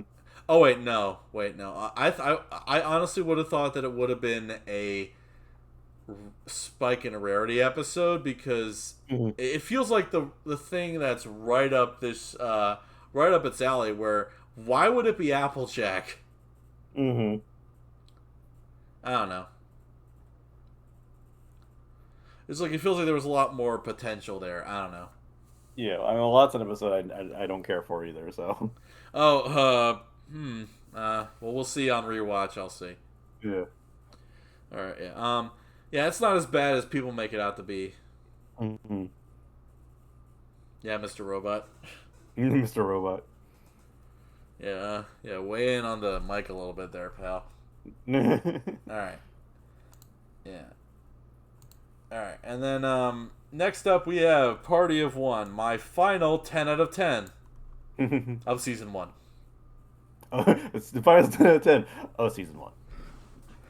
Yeah, and you have it at 8. At 8. Mm. Okay. Like, let me. I've said this. Yeah, like this is coming in with a bit of a disclaimer. Like, I've said this multiple times in the past. I don't like what happened because of this episode. Mm-hmm. The aftermath of this episode is that, like, oh, anytime that Pinkie Pie's mane was straight and it was like, oh, she's a murderer. She killed Rainbow Dash and Cupcakes. Oh, she's killing other people. Like, this Pinkie with the straight mane is a fucking psychopath. Like, no, fuck you. just fuck whoever said that was a good idea. Yeah. I was like, yeah, and I will definitely say that the like and technically something relevant to this is that I don't like that it only really happens when Pinkie's mood is sour. Mm-hmm. And I'm just like, yeah, I know, I get it. It's like a visual thing. It's just like I take characters with hair seriously, very Mm-hmm. seriously. Mm-hmm. And it's just like I don't like it when like this adorable look is saved for when she's like fucking on the brink of insanity. Mm-hmm. Like, it is so fucking squandered in my opinion. And I'm gonna link once again the fanfic that I think I read on here a few years ago, More Than Remain, and I forget the name of the author, but like it's a very good read, and I wish more people would look at that story because it perfectly epitomizes why people have been wrong this whole time. Mm-hmm. Oh, and just like how Pinky can just be like, "Oh well, it's a nice look. I want to try it out for a while." It's just like yeah, yeah, exactly. Fuck everyone else for thinking otherwise. Like, yeah, it is a nice look. Yeah, and all right. And with that said, this is a very funny episode with Pinky going insane. Uh, and it's just fun. It's just fun. Yeah, This is a yeah. very I mean, fun episode. yeah. I mean, this is just one of those. I really liked it, just not as much as you did. I don't really have any specific problems with it. It's just that it's just lower, just because I didn't enjoy it as much as you did. And of course, this is a final example of artificial conflict.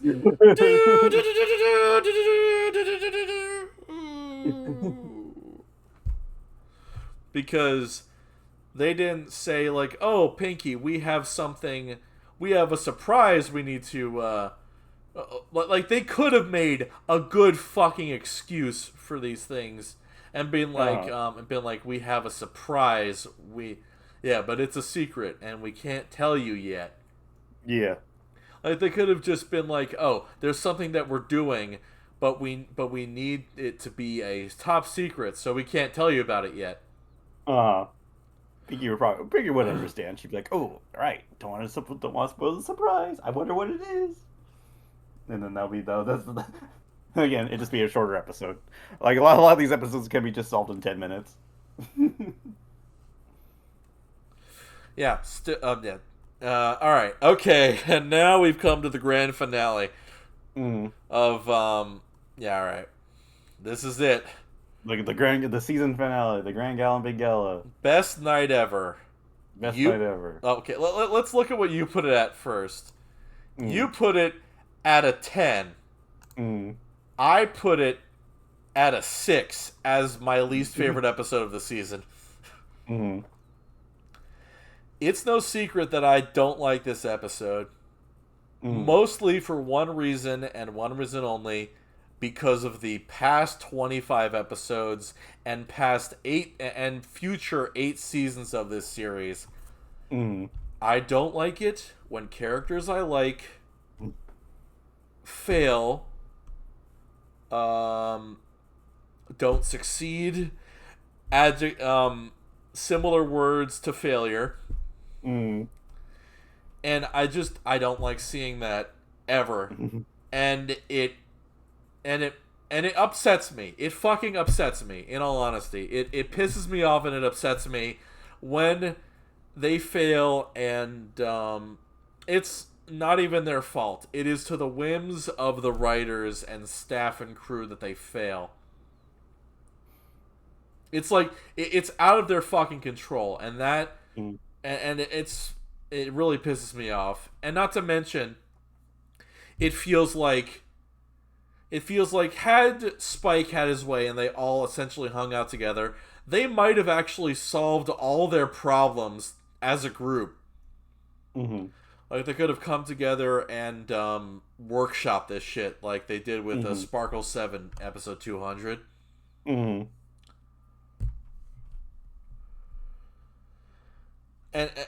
okay, but I will give this episode credit where it is definitely due. The At the Gala song is a very good, like it is one of the best songs of the season. Definitely a 9 out of 10 song. Yeah. It's just that when I know what has come before and what will come after, I can in good conscience advocate for them failing as a good experience for me. So make your case, man. I don't know about you, but I thought this episode was hilarious. Well, actually, I do know about you, and I thought this episode was hilarious.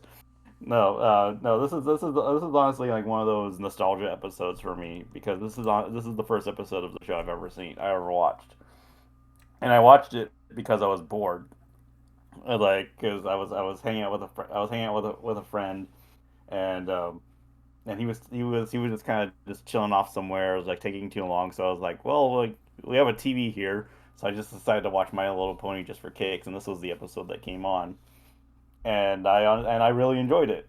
And I thought even despite not knowing anything about what came before, or because I think this was legitimately like the last the I watched it on the day of the season finale. And so, but I had no idea what came before it. But this was like the episode that made me go, oh, maybe I should just look into this. This is actually pretty funny. And then that was back when YouTube allowed full episodes of the show to be on there before what the apocalypse or whatnot happened. Uh, but yeah, like I just like really like you, I really enjoyed the song. But I also kind of even though I did mention it in my right wrong videos, like, oh, poor ponies, they're so sad, you know, that sort of thing. Like I do think like it was just like it made me it made me like chuckle watching them being frustrated constantly with like it was what was it what was the snooty pony's name? Um, Prince Blue Blood. Yeah, blue blood. Because yeah, blue blood, he like that name Oh, crossed my mind. don't go getting dirty. Yeah, yeah, it's just him using Rarity as as a human, like as a pony shield against Cake, and then Rarity going, oh, you don't like getting dirty, and it's just the pandemonium happening, and the Fluttershy going, you're going Yeah, with all the animals. I always thought that was like generally like really funny to me. Like just watching these characters kind of go in expecting like the perfect night, and then it not turning out that way. I mean, usually that's kind of a predictable trope. Like you can kind of already like expect that, like expecting like them to have a good time, but they have a bad time. But I think in this case, if you're it gonna did go to work this in his favor. you're gonna go to this gala, you're gonna have a bad time. Yeah, yeah. But I think that worked in its favor for me, especially kind of the punchline of Celestia downplaying it, going, "Oh, you know, these gals always sucked." It's actually nice that you spice it up a little Yeah, bit. I'll get back to that in a second. What was I gonna say? Oh, fuck, what was I gonna say? I was gonna get back to that.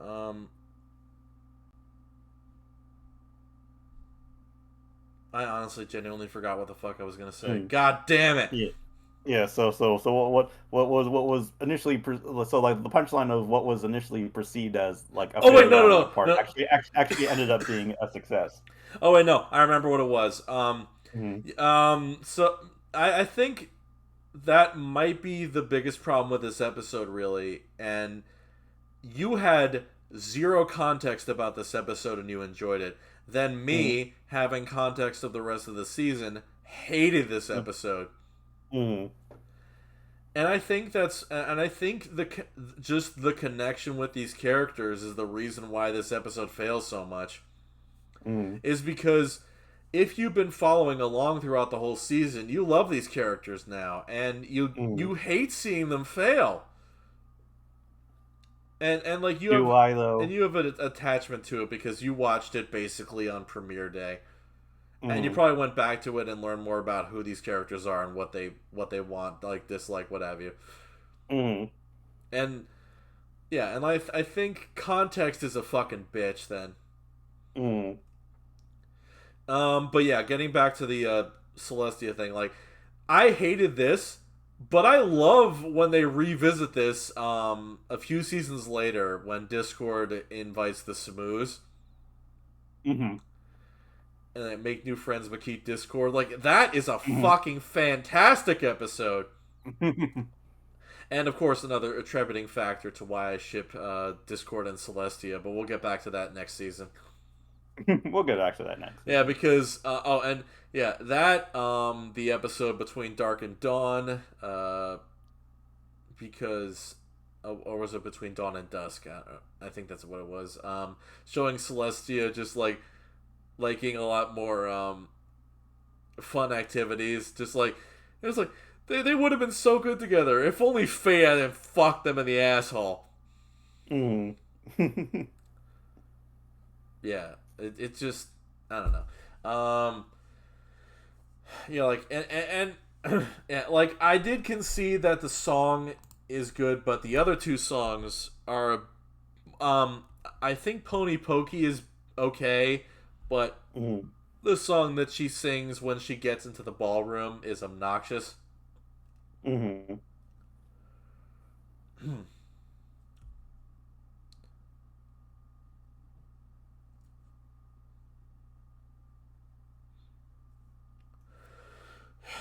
Okay, I think I'm out. I think I'm All good right. on opinions. Mm-hmm. I'm tapped out on opinions, and that's season 1 of MLP. Well, the like the I didn't have anything at 5, which Mm-hmm. shocked the hell out of me. I honestly thought Mm-hmm. I thought Best Night Ever would have been the only 5 pick, but no. Mm-hmm. But no, it wasn't. I'm the only one who had five, like 2 entries in 5. I'm honestly surprised. Like I probably like this season more than you did. Mm. Yeah, because I And had it definitely is a strong season. It's like, but there are better ones. It's a good beginner season. yeah, no entries in 5, maybe one extra in 8. Mm. Yeah, one extra in 8. Yeah, I think it was overall a more yeah. Okay, and with that, that ends season 1 at almost 2 hours. Uh that was exhausting, and hopefully next time when when we get to season 2, I'll be able to have us organize this like a week later instead of a month later. Exactly. All right, we're signing off for now. We're gonna go see Scream. Bye bye.